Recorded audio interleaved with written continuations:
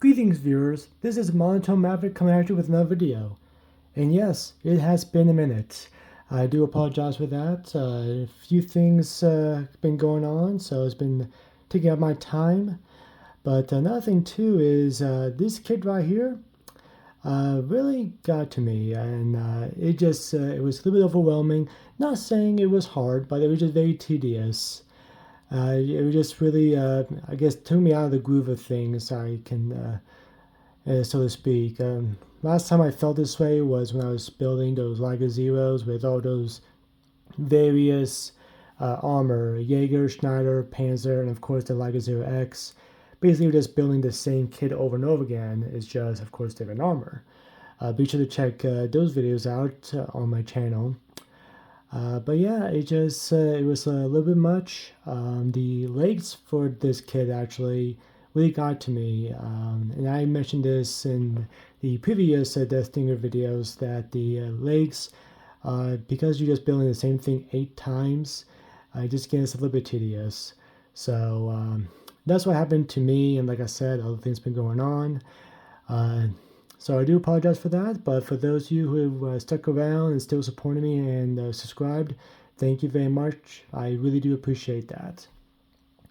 But with all that being said, as you know, the way how this goes in this video, I will give a much more detailed description of all the parts that goes with this kit.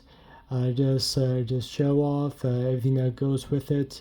And of course, the last video was where I assembled this kit and of course share my final thoughts, if this is a kit worth getting. So without all that being said, let's get started. Let's start with the head.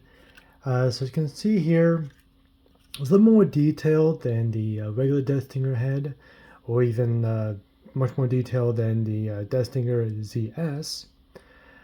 But yeah, fortunately, there's a little nub mark there, and I'll try to smooth that out the best I can.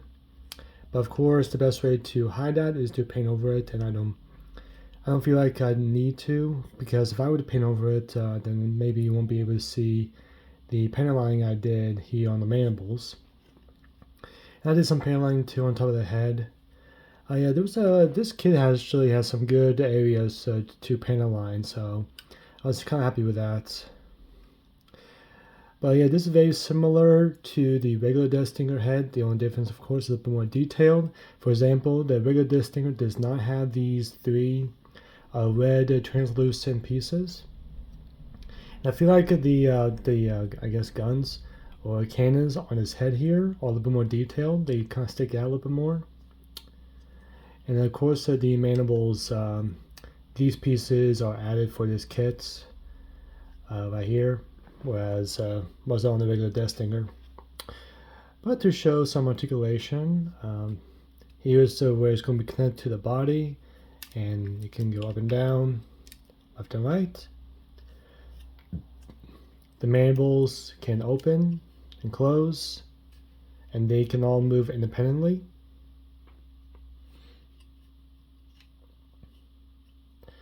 This little flap here can open.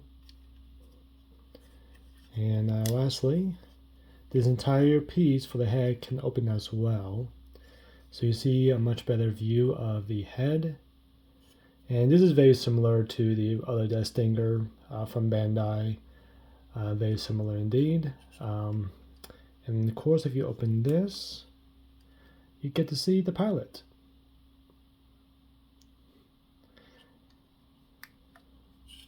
So, there we have the head. Next up is the body, and this really stood out to me. The amount of details that this kit had, just for the body alone, is very impressive. Like for example, these gold pieces are just for this kit. Very different than the Bandai Death Stinger. These red translucent pieces are different, another addition. Same things with here as well, and on the sides here. But yeah, very different. Also some areas for panelining. Some on the purple, some on the pink here, especially on the pink on the middle piece here. But the one thing I like about this is just the amount of extra pieces and details that this come. Uh, Best way for me to explain that is to show you. So on the bottom here, these are like, I guess, some vents or cannons. I'm not 100% sure, but they all can open individually, like so.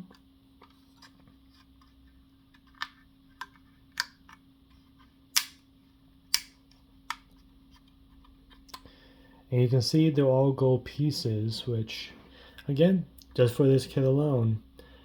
And it's kind of nice. I'm glad that ZA, I assume, made this this way. Really had a lot more detail in this kit.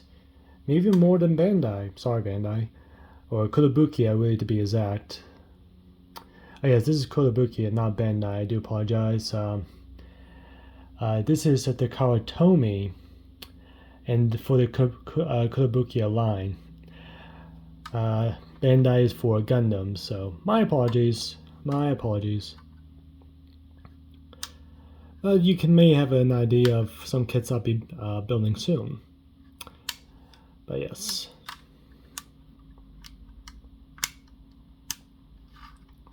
But aside from the bottom, these can also open. Oop, and that did not mean to come out. So a little bit loose there. But these flaps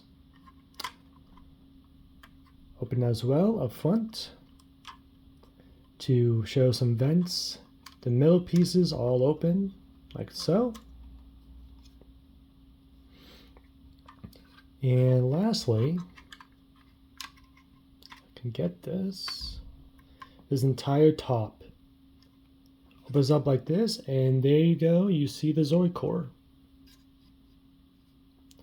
Yeah, this was not on neither the ZS or the regular Destinger from Kotobukiya. Now I know. Yeah, so a lot more details on this kit, a lot more different pieces, and I will say this kit definitely took me a lot longer to build than the other two Destinger kits. But the amount of details this kit has, truly, truly amazing. And there goes the other one. Still though, aside from a couple pieces falling off, this is pretty nice. Next up is the double barrel cannon that is mounted on top of the Destinger on his body. And this one, again, so much detail. I really do like the way how this one turned out. Whereas the other two Destingers, I think this was just all the same color. Not too many. Actually, no, there were some differences. There was some color at the end of these barrels on the other two kits, but I think that was the only one. I will double check again for a comparison. But on that though, regardless, this definitely has a lot more detail, a lot more color to it. The gold here looks nice, it stands out. The silver too, and of course the red translucent. This is absolutely amazing. I really like I said, I can't fathom enough on the fact that there's so much detail with this kit. And for articulation, this can move upward, can swivel, and even this piece can move as well. And definitely the motion will never be better shown once this is properly assembled. And to my least favorite part about this kit, these. I had to make 8 of these, and as simple as the parts were, as simple as the assembly is, I'm sorry, but after doing it 8 times, I got a little bit tired. I got tired of doing these. Like I said, very tedious, but it is what it is. But the one thing I do want to add though is, and I mentioned it in the previous videos, that these legs, especially for the 2 Kotobukiya kits, were strong enough to support a Destinger, and I can tell this alone seems pretty strong. But so one way to find out, naturally, I'm looking forward to assemble this to see just how strong these are. But I can tell just the way how this feels. These legs would be very strong and very supportive. But many of this is pretty similar to the regular Death Stinger kit. The only difference is the gold here. The gold here stayed, so that did not change. But gold here, some translucent parts here, and this little flap right there. Other than that, this is a pretty good copy of the other Death Stinger legs. And as for articulation, this is as straight as it can go. This piece can move, but it seems really stiff. So that's another thing too. I feel like this is going to be these legs are going to be pretty strong because this piece is pretty strong. There's another articulation piece right there, and another one right here. Some good bends, and at the end of every leg, they can open up like that. So maybe a different way of support. So looking forward to see how that is. Next up are the back claws, and just pretty nice. Very similar to the regular Death Stinger back claws. Not sure, of course, the difference are the size, some different details, but for the most part, almost identical. The gold here, of course, is very different, and there's a little translucent piece in the back there, which is also different than the other one. The other kit, the Death Stinger kit, and some gold pieces here, along with some red translucent pieces.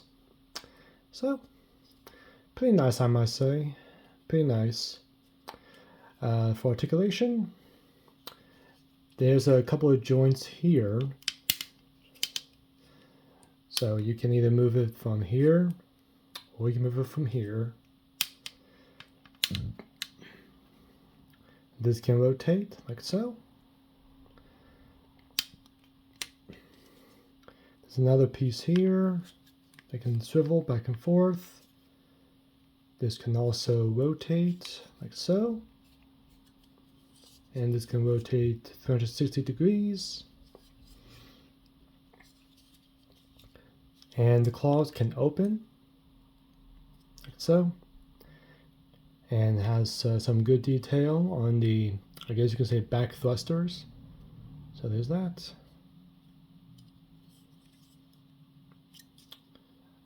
Yeah, that's about it for the back claws. Next up we got are the front claws, and boy, these are enormous.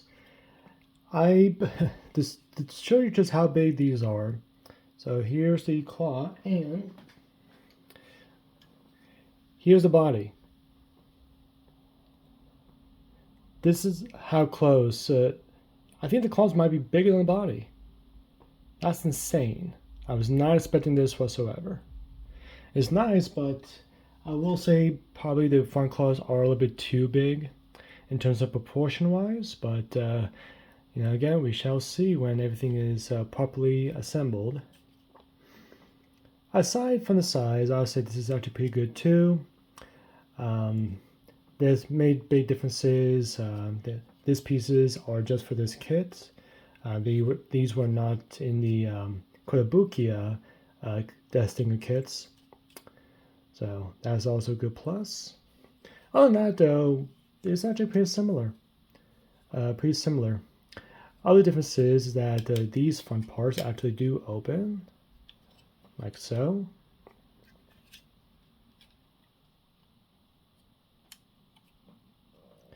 And that shows some red translucent pieces here on the side. So it's pretty nice. And this blade on top does open. Almost looks like a fin.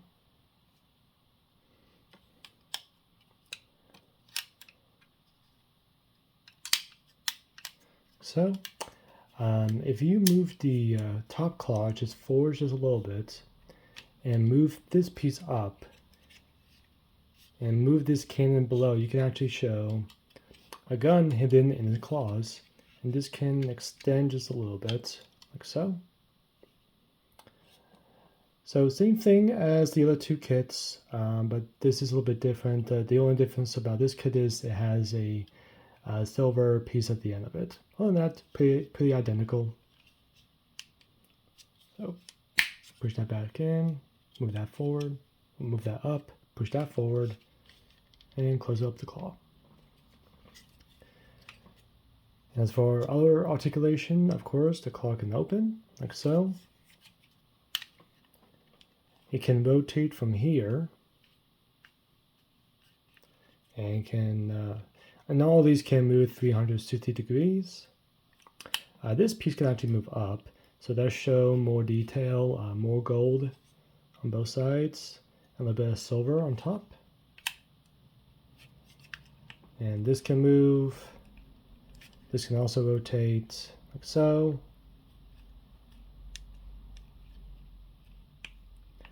I can move, and of course this piece can move. That's about it for the claws. And now last but certainly not least is the tail. Basically the main weapon of the Death Stinger. And I must admit, I'm always just down by the tails. I always enjoy the way how they look. This definitely does stand out, especially not just because of the size and of course the look of it, but even the added detail, more gold on the back of here. Yeah, this kit has definitely a lot more gold pieces than the other two Death Stinger kits, so props to that. Definitely 2 thumbs up for me. Here I did some paint lining on the pink pieces here, like so, and I did a little bit on the purple here. It's kind of hard to see, just a little bit. But in terms of articulation, these flaps can all move. This can straighten out like so. And when you move the flaps, you see some more detail on the underside of the flaps and these red translucent pieces. So again, more added detail, more nice touch-ups, very good. Of course, this piece here can move like so. And the tip of the tail can move like so. And can also open up. So whereas the other kits, I think this was more attached to these guns here, but this one has a little bit more freedom, so they all can move pretty nice. The guns can spread out a little bit better as well, like so. And of course these open up.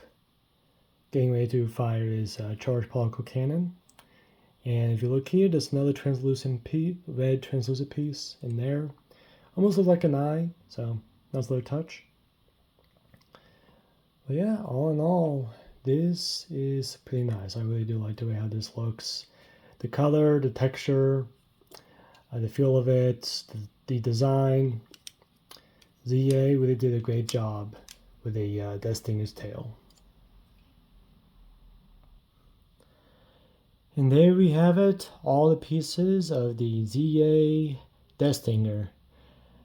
Oh boy, this is again really looking forward to assembling this kit. It's definitely, I think this might be the biggest kit I have personally. This might just beat some of the Perfect Grade Gundams I have. So yeah, I think this is going to be the biggest one so far. But I'm also really excited. I'm been waiting to do this. I've been waiting to film this, record a video for you all. But again, I do apologize for the long wait.